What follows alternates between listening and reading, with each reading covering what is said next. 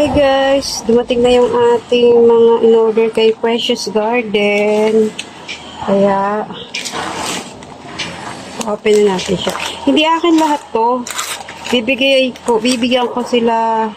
Magkikita-kita kami sa 21 nila, si Rollis, Mama E, Ate Jo, si Sweng. Si Plantata, hindi ko alam kung sure.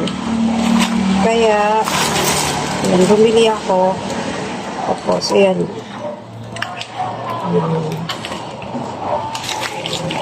Bumili ako ng cactus kay Precious para ibigay sa kanila. Kasi ano ngayon ang cactus? Ano sa amin ngayon ang cactus? Gusto namin ngayon, mga plantita. Gusto namin ngayon ang mga cactus. Kaya, naisip ko na ito na yung ibigay sa kanila.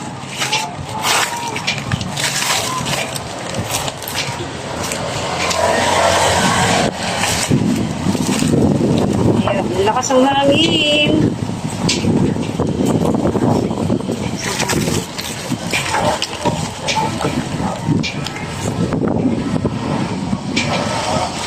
Ito akin to.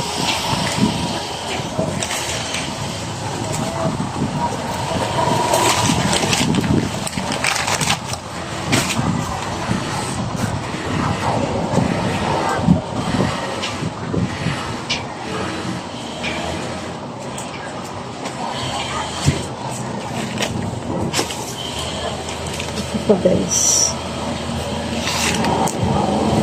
Pagkaloka yung mother ko. Siya, konting para lang gumaan-gaan ang aking dibdib. Ayan. Di ba ang ibang magulang naghahanap ng kalinga ng anak? Kaya minsan malungkot sila or nawawala sa sarili. Ang nanay ko, pinibigay naman namin yung tamang kalinga, pero sa kapitbahay naghanap ng kalinga. Kaya ngayon, kanina nakalive ako,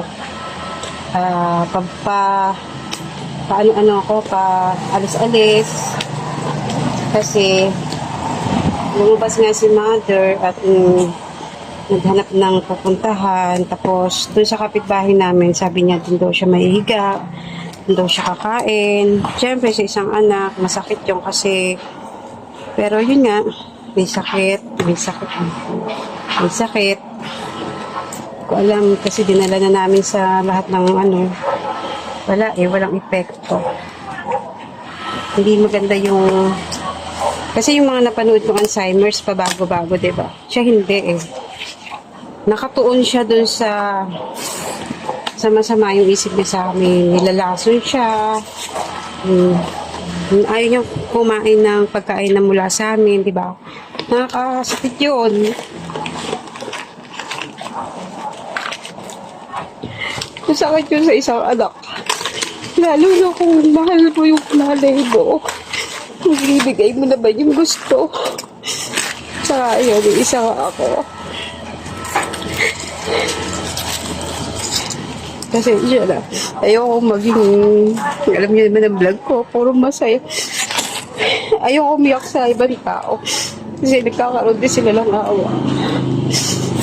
Kaya lang, hindi ko maalas umiyak. Kasi, hindi ko naman, alam na kasalanan sa kanya. Para, ang rubihistro sa utak niya ay nilalaso siya. O kaya ay papatayin siya. Hindi kami ba sa bulerang tao? Wala naman siya nakitang mga pag-aaway namin magkakapatid. Totoo siyang dalawa lang kami.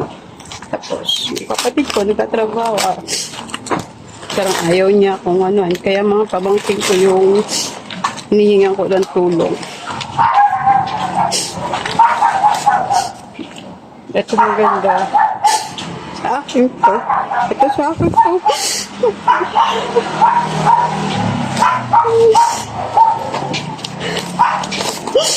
Kaya pasensya na. Gusto ko lang talagang mag-vlog.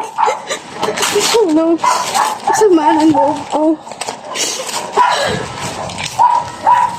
Hindi ko alam bakit.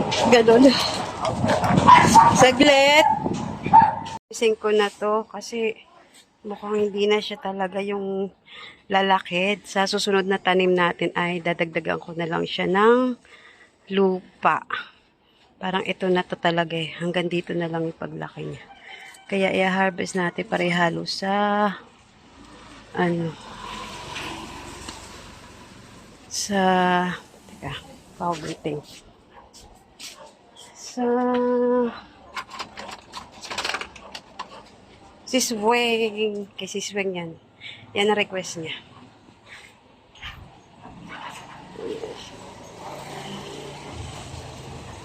Habis tayo.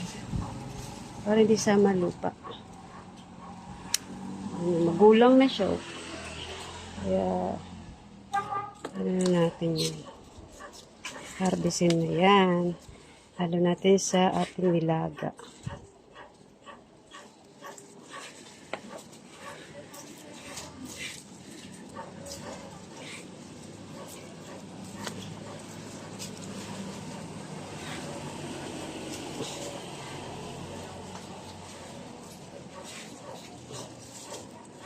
Hindi masyado mataba yung lupa.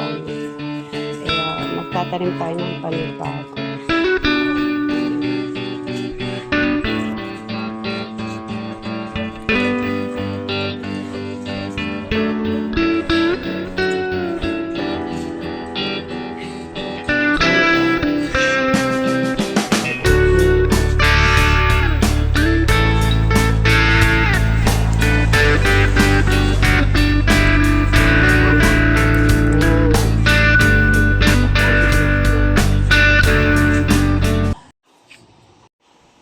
Ayan guys, ito ang ating pechay na naani sa ating garden. At meron tayong repolyo, ating sibuyas at saka ang ating saging. Lalagyan ko nito para sa aso. Gusto nila to eh. Kaya ayan na, nagluluto ako ng nilaga. Ayan, wait lang. Ayan na, kakain na tayo. Ayan yung pechay, nakuha na ni Kuya yung iba. Nagagawang kami sa pechay. Mahilig kami sa pechay. Ayan, meron na tayo ng aning pechay. Tatanim tayo.